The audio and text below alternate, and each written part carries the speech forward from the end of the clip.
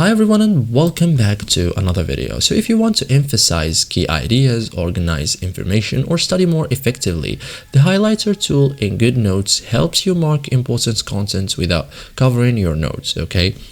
So in this guide, I'll show you step by step how to use the highlighter in Goodnotes in 2026 clearly and effectively. So first thing first, select the highlighter tool. Okay, so you have it here. Okay, so tap the highlighter icon in the toolbar as I did. You are ready to highlight now. So highlight the text or notes. For example, drag your Apple Pencil or finger over text. Release when done. So for example, we have this. Okay, just an example. Okay, you can highlight it.